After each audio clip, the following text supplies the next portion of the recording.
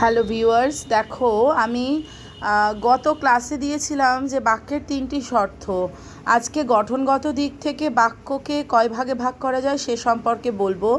গঠনগত দিক থেকে বাক্য তিন প্রকার: সরল বাক্য, জটিল বাক্য এবং যৌগিক বাক্য। সরল বাক্য কাকে বলে না, যে বাক্যে একটি কর্তা এবং একটি সমাপিকা ক্রিয়া থাকে তাকে সরল বাক্য বলে। সমাপিকা ক্রিয়া মানে জানো, যে ক্রিয়া বাক্যের অর্থকে সম্পূর্ণ করে তাকে সমাপিকা ক্রিয়া বলে। সুতরাং যে বাক্যে একটি কর্তা এবং একটি সমাপিকা ক্রিয়া থাকে তাকে সরল বাক্য বলে।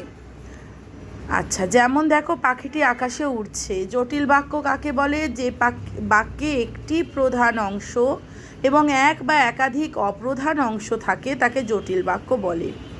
যেমন যে কাজটি মন দিয়ে করবে সে কাজটি অবশ্যই ভালো হবে। যে এবং সে, যেমন তেমন, যদি তবে, এগুলো যদি থাকে বাক্যের আগে একটি এবং বাক্যের পরে মধ্যিখানে, তখন দেখবে এটাকে জটিল বাক্য বলে এই বাক্যটিকে।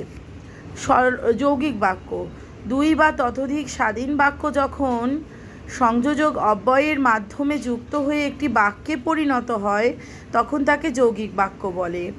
সংযোজক অব্যয় কোনগুলো? কিন্তু, এবং, অথবা, তবে, না হলে, নচেত, এগুলো হচ্ছে সব অব্যয়। সুতরাং এগুলোর দ্বারা যখন কয়েকটি বাক্যকে একসঙ্গে যুক্ত করা হয় তখন তাকে যৌগিক বাক্য বলে। যেমন লোকটি অশিক্ষিত কিন্তু অভদ্র নয়।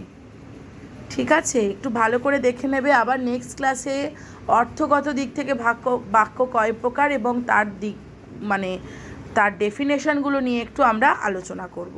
ঠিক আছে।